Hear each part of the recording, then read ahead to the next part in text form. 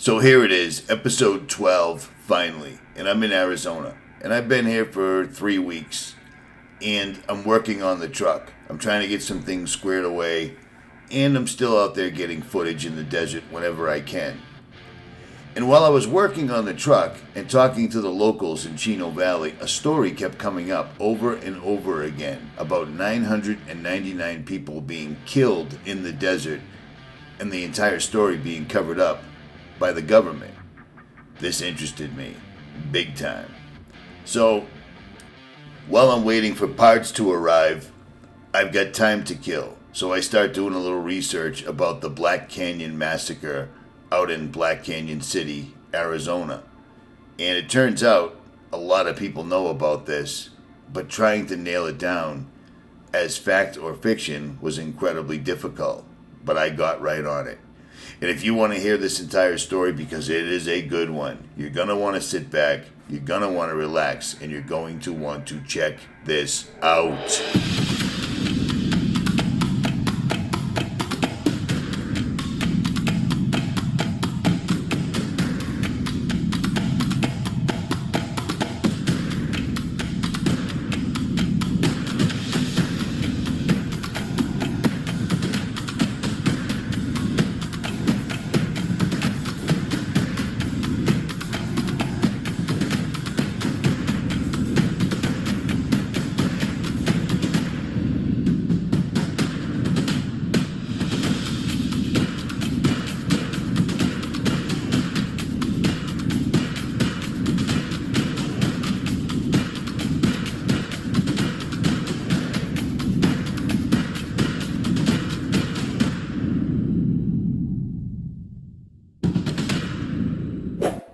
Now, before we start, I'm going to ask you to hit that subscribe button and hit the little bell on the side for notifications of new videos. Southern Arizona is a tough place to live. Everything, just on its own, is designed to kill or wound you. If it doesn't have thorns, it has poison. If it doesn't have poison, it has claws. If it doesn't have claws, it has teeth. And if you manage to tap dance your way around all of those things, there's the water. Something that you might need, and it's really tough to find in Arizona. But here's a story about Arizona you may never have heard before. And when I heard it, I had to make my way out, or down, to southern Arizona. Black Canyon, Arizona, to be specific. Black Canyon City. And there's a tale here that I'm going to try to tell, but I'm going to try to get some locals to back me up on this, because all the other locals up in northern Arizona know the story. Let's see if the people that live here are willing to tell it, because the people that were involved, well, they're no longer with us.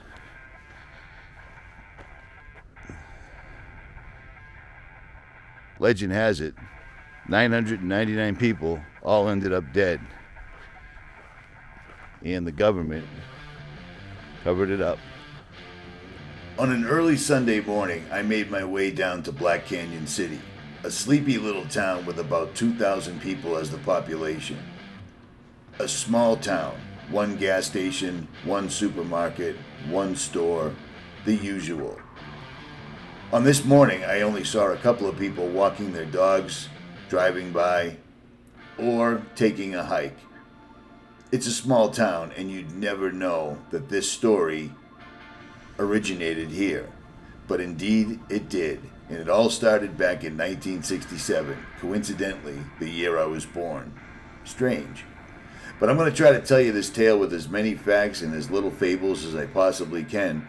But trying to get any information on this that's rock solid is tough to do. And that's usually the case when you have a story that involves murder, the mafia, and of course, the government. And that's exactly what this story has. So let's get to it, shall we? Just driving through, this town is something you could easily overlook. This is Main Street on a Sunday morning. Not too much to see here, folks. Keep it moving. Black Canyon City. If you blink, you'll pass right through. It's a very small town, like so many other small towns in Arizona. But this place has a legend, a story. 999 people killed at a racetrack. Something to do with organized crime and something to do with politicians. And in this day and age, and probably back then too, there isn't much of a difference. So if you ever find yourself traveling on Interstate 17, the only way you would know that this town was even here is the sign for the one gas station. And you found the Black Canyon City dog track, or where it used to stand. I stopped into this town and I looked around and I tried to find people to talk to, but people were not looking to talk about this whatsoever at all. 6 years ago, the remnants of the dog track still stood, but now it was just an empty lot. The story of this dog track and this entire incident is mysterious and difficult to find, pretty much being erased from history. But that's what happens when you have money, the mafia, and of course, the government. The locals, every one of the locals I talk to, absolutely swear that this story is completely true. But trying to find anything on it to verify this is almost impossible. Or actually, it is impossible.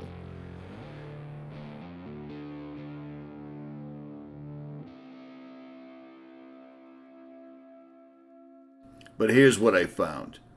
A former citrus farmer named David K. Funk, tired of his Phoenix farm, decided to open a successful dog track in Tijuana called Caliente Racetrack, which was a dog and horse racetrack in North America, and it was the first.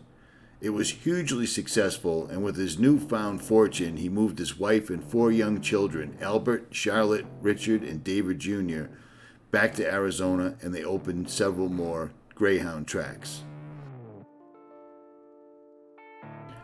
Out of the 4 children, David Jr. and Albert moved around the country, opening tracks in Florida, Oregon, and Colorado. David Sr., impressed by his son's excellent work ethic, named David Jr. Vice President of the Arizona racetracks, of which there were 5. Now, to keep this story somewhat short, long story short is David Jr., an aggressive but inexperienced businessman, decided in 1965 to open a new greyhound track in central Arizona. He chose a sleepy rural town called Black Canyon City, less than an hour north of Phoenix. His father didn't agree with this decision and wouldn't fund the project. So David Jr. found funding through a Delaware company called Western Racing Incorporated, a well-known mob-run enterprise on the East Coast. So there's your mob ties right there. Now, according to stories, and many have been written about this, the locals living in Black Canyon City were very, very religious and did not agree with having a depot of sin built directly in the center of their town. So now you've got the mob, you've got angry locals, and you've got the government. Now, according to the locals I spoke to, the town wasn't all that religious, but the way history has it written, it was a very religious town. So take that for what it's worth. Now, according to the written word, the track was enormously successful despite local protests and harassments by the town's small police force. Gamblers would come all the way from Phoenix, driving up on the weekends to get out of the heat and spend their time drinking and betting at the greyhound track. Now, at some point, David Jr. abandoned the track and went westward to look for more opportunities, leaving his sister in charge. Charlotte, feeling that she was abandoned in this town with very angry locals harassing, following her, making threats, etc., wasn't too pleased about this.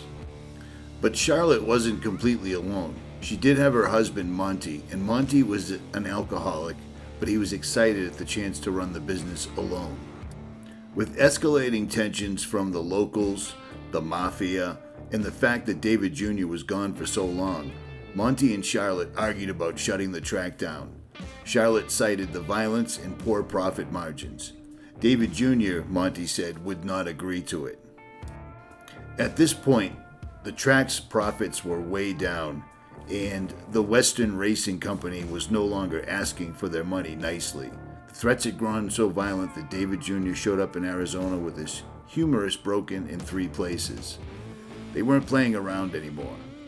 The Mafia wanted their money, one way or the other.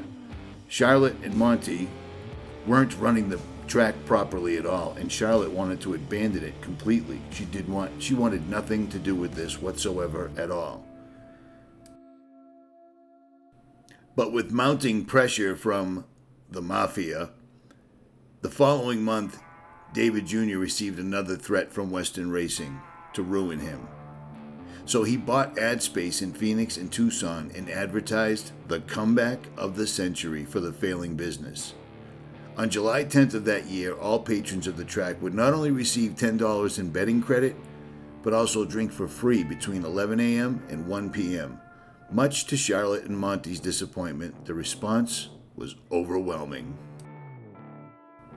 So July 10th finally rolls around, and David Jr. and Monty went to the track early to open up. Hundreds of people showed up at the track just after 8 in the morning, and the races weren't even scheduled till 10. Phoenix locals had organized their own buses to transport them in masse. Around 9 o'clock, Monty and the general manager both had a drink down on the track, which David Jr. declined. July 10th, 1982 was a scorcher, and they allowed people to drink for free quickly, and it became an expensive proposition. Monty opened the bar early, and at 10 a.m. and by 10:30 the line was out the door. David Jr., Charlotte, and another barman opened up 2 more makeshift bars, one outside and one next to the grandstands, and one on the other side of the lobby to deal with the demand. The entire grandstand was taken and people were fighting for seats. About 150 to 200 people stood mingling in the lobby, watching the races from above and sticking close to the bar. They won money, they lost money, they laughed and cried and drank. By noon, the party was in full swing and everybody was in a boisterous mood. But around 11:45 a.m., when the lines for the bathroom got really long, longer than the lines for the bar, the first sign something was wrong was showing itself. And around 12:30, it spread. People were getting sick, vomiting where they stood, and this spread all the way up to the grandstands. The general manager of the track, who was stuck behind the reservations desk, informed concerned patrons it was just a bad batch of liquor, and it would pass. According to the story, by 1:30 p.m., the first person was dead. He was followed in quick succession by others, and apparently, according to the story, death spread like wildfire.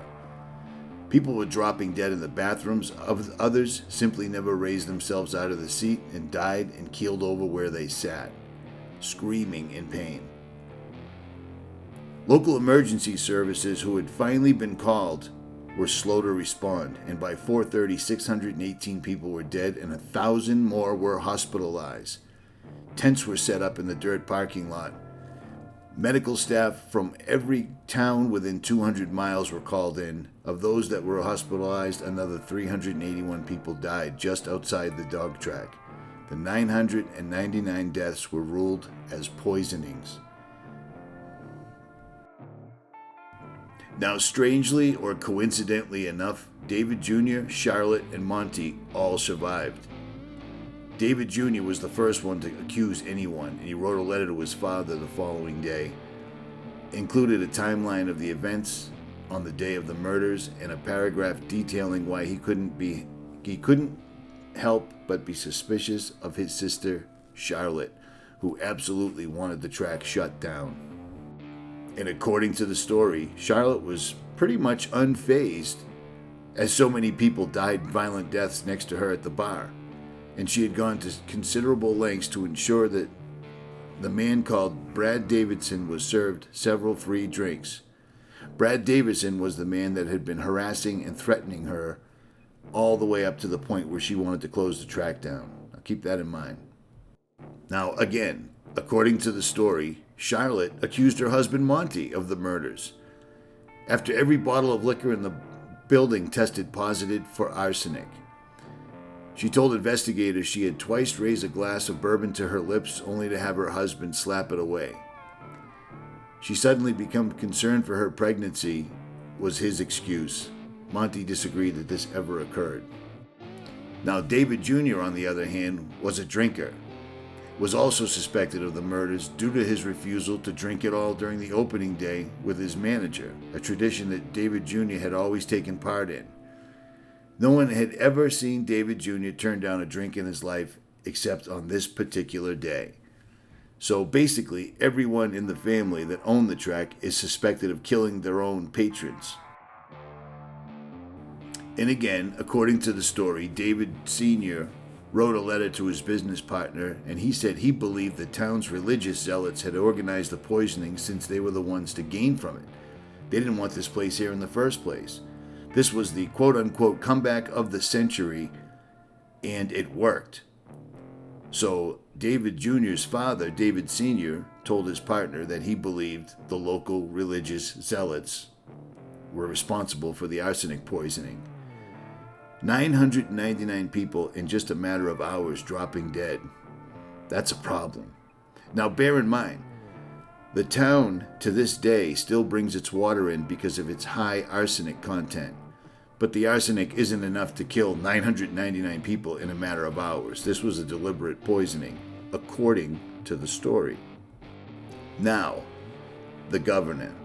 The governor of Arizona at the time ordered a hasty investigation and purging of all mentions of this tragedy from the local media. And back in 1982, that was a thing. You could do that. They didn't have social media at the time, so you could squash a story. The story goes that most of the families of the victims were bought off.